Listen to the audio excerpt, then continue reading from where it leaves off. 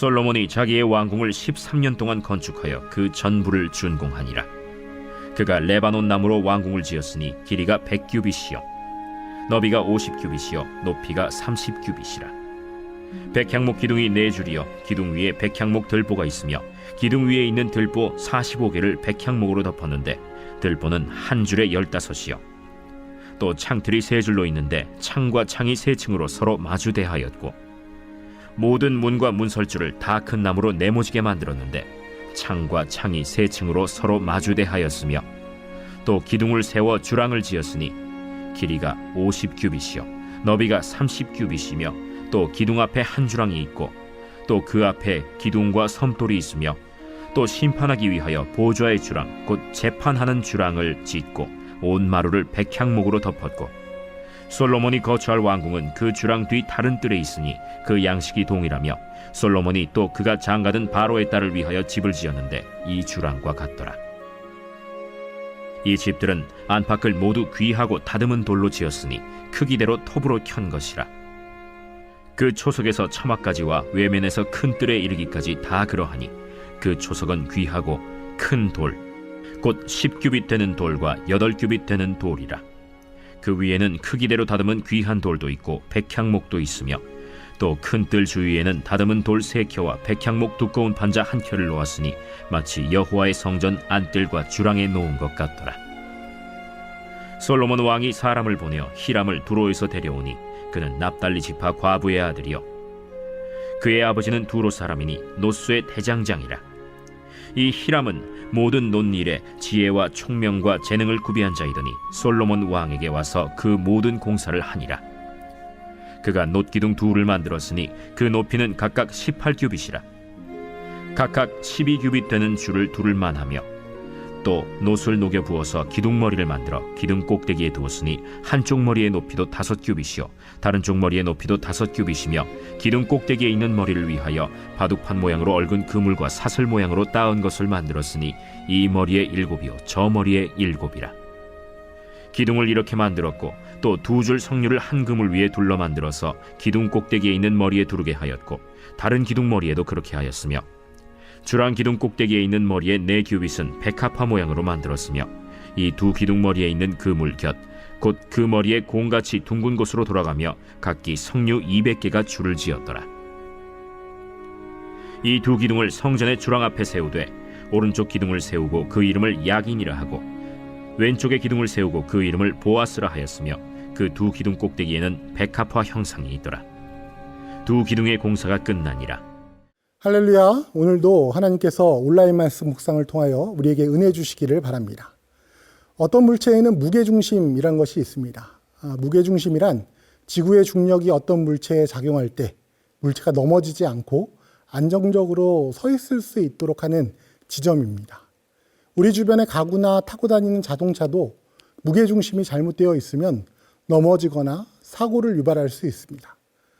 반면에 우리가 잘 아는 오뚜기는 무게중심이 가장 아래에 있어 넘어졌다가 다시 일어날 수 있는 것이죠. 양쪽에 큰 물통을 지고 가는 물지개꾼의 모습을 한번 생각해 보시죠. 이 물지개꾼의 물통이 연결된 끈이 긴 이유도 무거운 물통을 짊어지고 있으면 오뚜기와 마찬가지로 무게중심이 낮아야 잘 넘어지지 않고 서서 움직일 수 있기 때문입니다.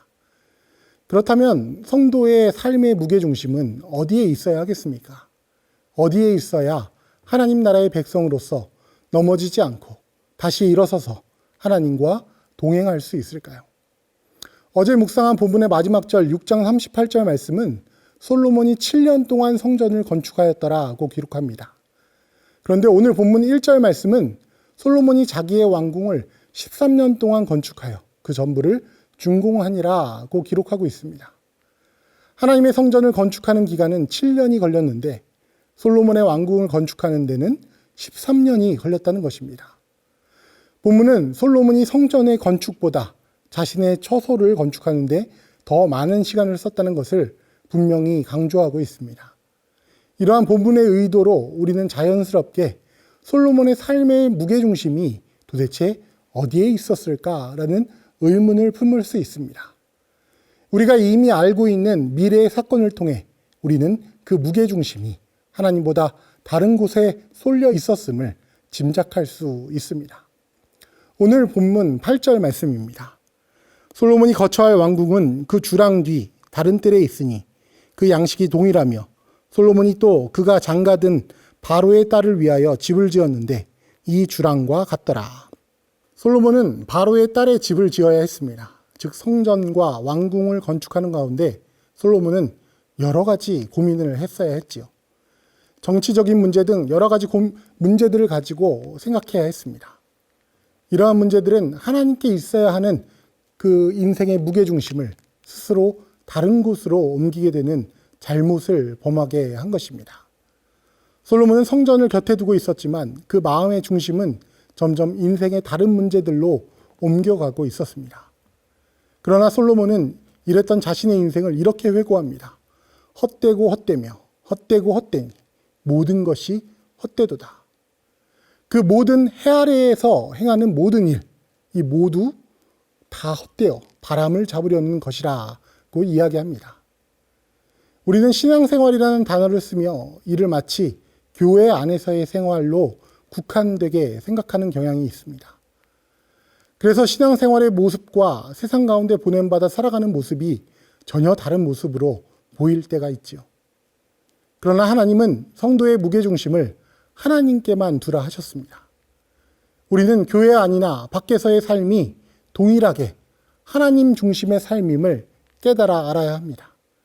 그래야 넘어져도 다시 일어서고 여러 시험과 유혹을 이겨낼 수 있는 성령 충만한 하나님의 사람이 되는 것입니다.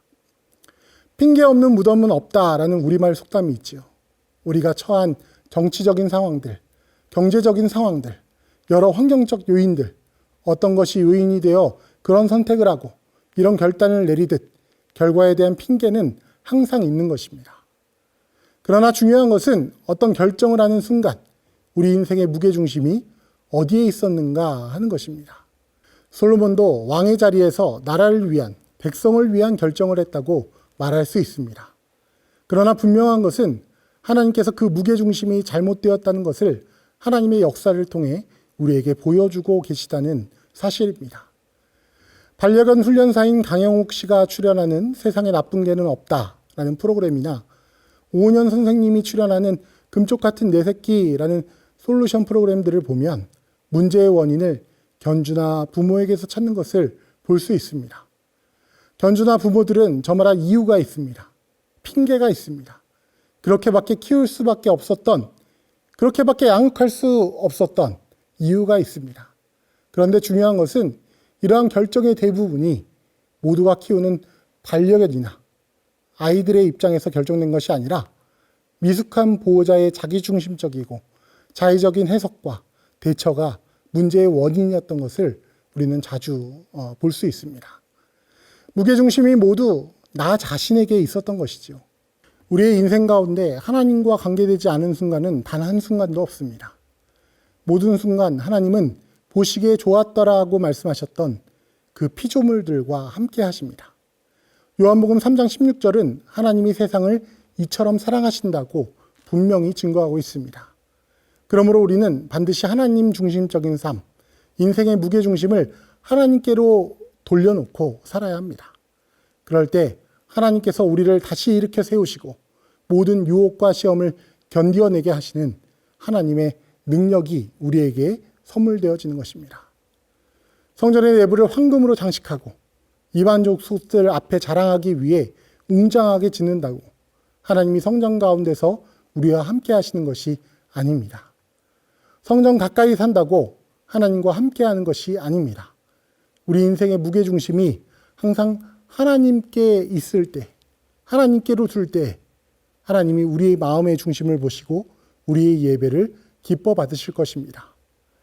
교회 생활 가운데에는 하나님 중심의 삶을 사는 척하고 교회 생활 밖에서는 자기 중심적인 삶을 사는 우리들의 일상을 우리는 함께 돌아보아야 할 것입니다.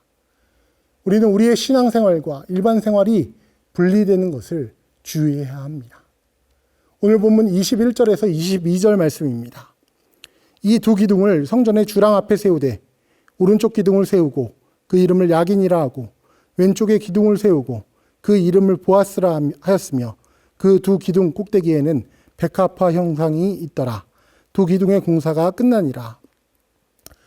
솔로몬은 다시 성전 건축 이야기로 돌아가 두롯 사람 히람을 통해 야긴과 보아스라는 두 기둥을 성전 앞에 세웁니다. 야긴은 그가 세울 것이다. 보아스는 그에게 힘이 있다라는 의미가 있다고 합니다. 그 이름의 뜻과 목적이 분명하지는 않지만 그러나 하나님은 성도의 삶의 무게중심이 오직 하나님께 있다고 말씀하십니다. 하나님은 예수 그리스도를 이 땅 가운데 보내셔서 십자가의 은혜와 부활의 소망으로 구원이 주께 있음을 알리시고 하나님의 크신 사랑을 확증하셨습니다. 하나님의 부르심 가운데 부활의 소망 가운데 거하는 성도들은 그 인생의 무게중심을 완전히 하나님께 두어야 할 것입니다. 하나님께서는 주의 자녀를 넘어져도 다시 일어나게 하시고 모든 시험과 유혹으로부터 성도의 삶을 지키실 것입니다. 오늘의 1일 1선입니다. 나의 유익만을 위하여 살고 있지 않은지 다시 한번 점검하고 나의 일상 가운데 이웃들을 위해 공헌할 수 있는 목록을 작성하고 실천해 봅시다. 하나님의 선하신 뜻이 당신을 통해 이루어질 것입니다. 기도하겠습니다. 사랑과 은혜의 하나님 아버지, 우리 인생의 무게중심이 주께 있음을 고백합니다.